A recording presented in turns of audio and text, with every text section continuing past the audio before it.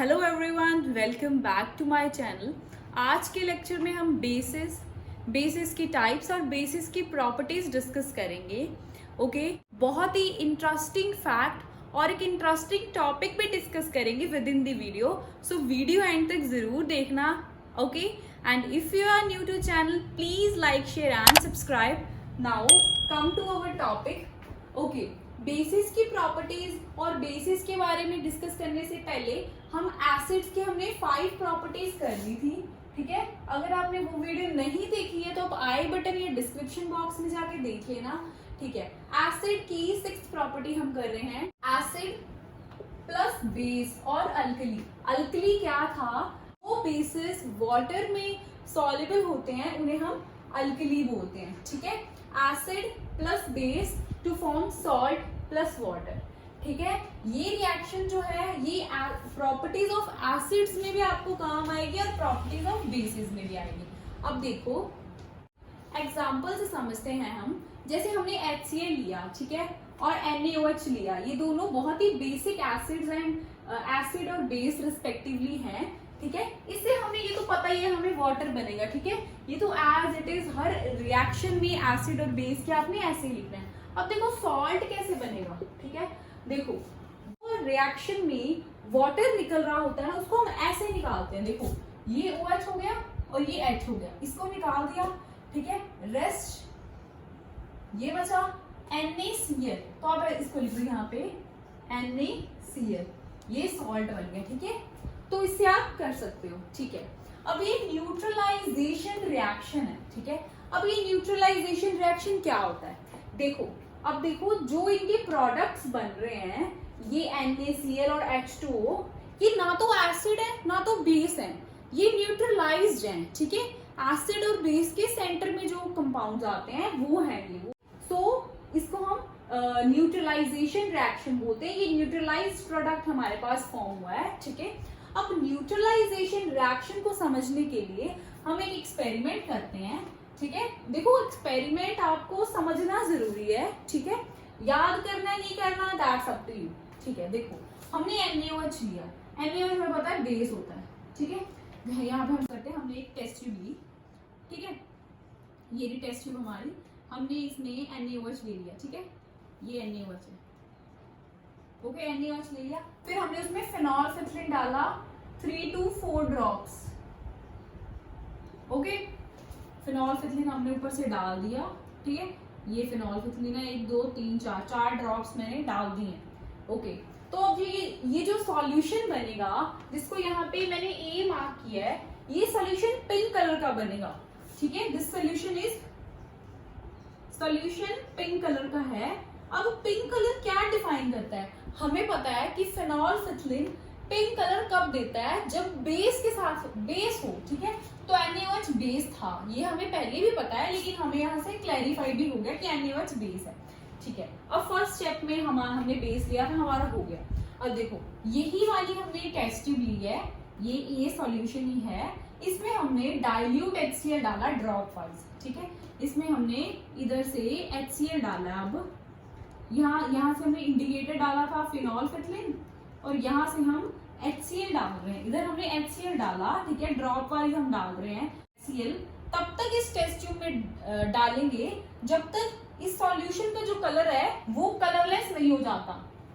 ठीक है, अब कलरलेस क्या सिंबलाइज करता है? जब फेनोल्फिथिलीन की बात होती है तो कलरलेस डिफाइंस जब सॉल्यूशन न्यूट्रल हो जाए। ठीक है, तो दैट मीन्स अब हमने NaOH डाल दिया और HCl डाल दिया और ये न्यूट्रलाइज हो गई। ये एग्जांपल ही हम स्टडी कर रहे हैं। दैट मीन्स ये जो B सॉल्यूशन बना है ये न्यूट्रलाइज हो गया। ठीक है, अब जो सॉल्यूशन है ये कलरलेस बन गया है ना। देखो इसी टेस्ट ट्यूब में हम दोबारा NaOH डालेंगे। ठीक है, ये न्यूट्रलाइजेशन रिएक्शन है, न्यूट्रलाइज्ड लिख दो, न्यूट्रलाइज हो गया है ये। ठीक है, तो NaOH डालेंगे हम, फिर कुछ ड्रॉप्स डालेंगे NaOH की। ठीक है, कुछ ड्रॉप्स हमने NaOH की फिर से डाली, ये NaOH हो गया। ये फर्स्ट स्टेप था, ये सेकंड था, and this is third step. NaOH डाला हमने। ठीक है, अब NaOH डालने के बाद क्या हुआ, जो सॉल्यूशन था वो वापस से पिंक हो गया, ठीक है। तो इससे पता चलता है, पहले हमने एक बेस लिया था, ठीक है, फिनोल्फिथिलीन हमने डाला तो उससे सॉल्यूशन पिंक हो गया, ठीक है, इट कंफर्म्स कि बेस था। सेकेंड स्टेप में हमने क्या किया, हमने डाइल्यूट HCl डाला और कलरलेस हो गया सॉल्यूशन। इससे हमें पता लगता है कि ये HCl और NaOH ने एक दूसरे को न्यूट्रलाइज कर दिया है। दैट मीन्स अब ना तो जो टेस्ट ट्यूब में जो सॉल्यूशन है ना तो वो एसिड है ना तो वो बेस है, वो न्यूट्रलाइज सॉल्यूशन है, ठीक है। अब देखो, अब वही कलरलेस सॉल्यूशन हमने लिया, उसमें कुछ ड्रॉप्स ऑफ NaOH दोबारा डाली तो उसने पिंक कर दिया सॉल्यूशन को अगेन, ठीक है। फिनोल्फिथिलीन हमने पहले से डाला हुआ था, ठीक है, तो पिंक कर दिया। दैट मीन्स अब थोड़ा सा उसमें NaOH ज्यादा हो गया है, ठीक है। तो इससे आप न्यूट्रलाइजेशन रिएक्शन को समझ सकते हो। Now come to 7th property of acid. देखो, acid plus metal oxide to form salt plus water. अब मेटल्स कौन से होते हैं, पीरियोडिक टेबल के जो राइट साइड पे पर्पल कलर के आपको दिखाई दे रहे हैं वो मेटल्स हैं, ठीक है। देखो, उनमें से कॉपर Cu है जो, वो आपको मेटल्स में दिखेगा, ठीक है। तो इसका मेटल ऑक्साइड हमने ले लिया, कॉपर का metal oxide, this is metal and this is oxide, copper oxide, okay. उसको HCl से ट्रीट करवाया, एक्वस मीडियम्स लिए हैं हमने, तो क्या बनेगा, सॉल्ट बनेगा और वाटर तो हमने लिख दिया। ये सॉल्ट कौन सा बनेगा, ठीक है। देखो, हमने लास्ट में क्या किया था, वाटर को निकाल दिया था यहाँ से, ठीक है, और जो सॉल्ट था उसको ऐसे लिख दिया था एज इट इज। तो ये रहा वो सॉल्ट, Cu और Cl। अब देखो, Cu और Cl से कौन सा कंपाउंड बनता है, Cu और Cl, वैलेंसी 2 होती है कॉपर की और इसकी 1 होती है, क्रिस क्रॉस करके आपको क्या मिलेगा, CuCl2, okay. I am writing here that is CuCl2, ठीक है, ये सॉल्ट बनेगा। ये बहुत इजी मेथड है, ठीक है, इसे आपको लर्न करने की भी जरूरत नहीं है, ठीक है। Okay, come on 8th property. अब जो एसिड्स होते हैं वो करोजिव होते हैं, ठीक है। अब देखो, कौन से एसिड्स जो है करोजिव है, हमने तो 2 तरह के एसिड्स पढ़े, एक हमने ऑर्गेनिक एसिड पढ़े, एक मिनरल एसिड पढ़े हैं, ठीक है। ये हमें प्लांट्स और एनिमल से मिलते हैं, ठीक है, तो ये करोजिव नहीं है, ठीक है, ये ऑर्गेनिक है। ऑर्गेनिक बाय इटसेल्फ हमें पता है कि करोजिव नहीं होता, ऑर्गेनिक कोई भी ऑर्गेनिक चीज होती है वो बहुत ही माइल्ड होती है, ठीक है। अब देखो, मिनरल एसिड्स जो होते हैं वो करोजिव होते हैं यहाँ पे, ठीक है, दीज आर करोजिव, ओके। अब इनमें स्पेशली ये 3 तरह के एसिड्स आप ज्यादा सुनोगे जो बहुत ही स्ट्रॉन्ग है, मिनरल एसिड, और बहुत ही करोजिव होते हैं। लाइक अगर आप सल्फ्यूरिक एसिड लो, कंसंट्रेटेड सल्फ्यूरिक एसिड लो, ठीक है, लैब्स में नहीं होता है, लैब्स में डाइल्यूटेड फॉर्म में ही आपको मिलेगा, ठीक है। अगर ये आपके हाथ पे, आपके हैंड पे, स्किन पे गिर जाता है तो इट वुड बर्न, ओके। और ये करोजिव भी है, करोजिव जैसे किसी कंटेनर में आप डाल रहे हो, है ना, तो वो करोड कर देगा, कंटेनर खराब हो जाएगा वो, ठीक है। तो सल्फ्यूरिक एसिड हमें पता है इट इज H2SO4, ये आपको थोड़े आप लर्न कर लो, फॉर्मूला आपको इजी रहेगा, ठीक है। Nitric acid it is also corrosive, HNO3, okay. Hydrochloric acid, ये तो आपको पता होगा, HCl, okay. So these are basically very corrosive. अब हमने बहुत सारे एसिड्स को एक ही कैटेगरी एसिड्स में डाल दिया, ठीक है। हमने देखो हाइड्रोक्लोरिक एसिड पढ़ा है, सल्फ्यूरिक एसिड, नाइट्रिक एसिड, सभी को हमने बोला कि एसिड है, ठीक है। किस वजह से बोला हमने, दैट इज इनमें क्या कॉमन है जो हमने इनको एसिड की कैटेगरी में डाल दिया। So now next topic is what do all acids have in common, okay. देखते हैं हम। सबसे पहले हम बहुत ही फेमस एसिड HCl लेंगे, हाइड्रोक्लोरिक एसिड, ठीक है। एक्वस लिखा हुआ है, दैट मीन्स पानी में हम HCl हमने डाला, ठीक है। H पॉजिटिव आयंस मिले और Cl नेगेटिव मिले, ठीक है, इन एक्वस, ओके। नाउ हम नेक्स्ट देखते हैं सल्फ्यूरिक एसिड। सल्फ्यूरिक एसिड में क्या है, हमें सेम H पॉजिटिव तो मिलेगी ही पानी में, प्लस हमें सल्फेट आयंस मिलेंगे, SO4 2 नेगेटिव, ओके। अब हम नाइट्रिक एसिड देखते हैं, H पॉजिटिव यहाँ पे भी मिलेंगे, प्लस नाइट्रेट आयन मिलेंगे हमें, ठीक है। तो इसका मतलब क्या हुआ, ये सारे एसिड्स थे और इनमें ये जो H पॉजिटिव एक्वस है दिस इज कॉमन, है ना, ये कॉमन है H positive. So that means जो सारे एसिड्स होंगे वो पानी में डालने के बाद हमें H पॉजिटिव देंगे, ठीक है। ये उनके अपने आयन्स हैं, ठीक है। इनको तोड़ लो यहाँ से, H पॉजिटिव Cl नेगेटिव, इसको तोड़ो H पॉजिटिव और SO4 2 नेगेटिव, हमने क्रिस क्रॉस से SO2 4 का वैलेंसी यहाँ पे डाला था तो उसको चार्ज बना दो, यहाँ पे भी सेम, ये 1 है, ये भी NO3 1 है, ठीक है। तो H पॉजिटिव और NO3 नेगेटिव, ये बन गया। That means all acids have H positive aqueous in common, है ना, ये है कॉमन में। Now another question arises, all the compounds containing hydrogen are acids। देखो इसमें हाइड्रोजन थी, इसमें हाइड्रोजन थी और इसमें भी हाइड्रोजन थी। अब अनदर क्वेश्चन ये बनता है कि जो भी सारे हमारे पास कंपाउंड्स हैं, है ना, जो भी हमारे पास कंपाउंड्स हैं वो सभी फिर एसिड्स होंगे, ठीक है। इसको समझने के लिए हम एक एक्सपेरिमेंट परफॉर्म करते हैं, ठीक है। हमने यहाँ पे एक बीकर लिया है, उसमें हमने HCl डाइल्यूट HCl लिया, dilute HCl means water plus HCl लिया है हमने, ठीक है। ये रबर कॉर्क लगाया हमने और ऊपर हमने नेल्स फिक्स करे हैं, ठीक है। इसको हमने बैटरी की और बल्ब के साथ अटैच कर दिया, ठीक है। अब देखो अब क्या होगा, अब HCl जो है वो टूट जाएगा H positive plus Cl negative में, है ना, मींस ये आयंस बन गए हैं, ठीक है, आयंस प्रोड्यूस हो गए हैं और इस आयन की वजह से क्या होगा कि चार्ज प्रोड्यूस हो जाएगा, ठीक है, और ये जो बल्ब है ये ग्लो कर जाएगा, ठीक है। ये हमने HCl की बात करी, ठीक है। This was experiment 1। Experiment 2, experiment 2 में आते हैं। एक्सपेरिमेंट 2 में हमने ग्लूकोज लिया, ठीक है, ग्लूकोज लिया हमने एक्सपेरिमेंट 2 में, हमने सेम रबर कॉर्क लगाया है, उस पे नेल्स फिक्स करी हैं, बल्ब बैटरी और की को अटैच कर दिया, ठीक है। अब देखो अब क्या होगा, ये जो बल्ब है ये ग्लो नहीं करेगा। क्यों नहीं करेगा, क्योंकि ये जो ग्लूकोज है ये आयनाइज ही नहीं होगा, आयनाइज नहीं होगा, ठीक है।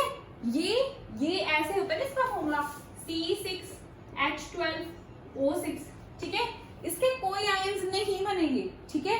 तो अगर इसके आयंस नहीं बनेंगे दैट मीन्स इसमें H पॉजिटिव आयन भी नहीं बना होगा, सो दैट मीन्स यहाँ पे जो चार्ज है वो नहीं फ्लो कर रहा और जो बल्ब है वो ग्लो नहीं कर रहा, ठीक है।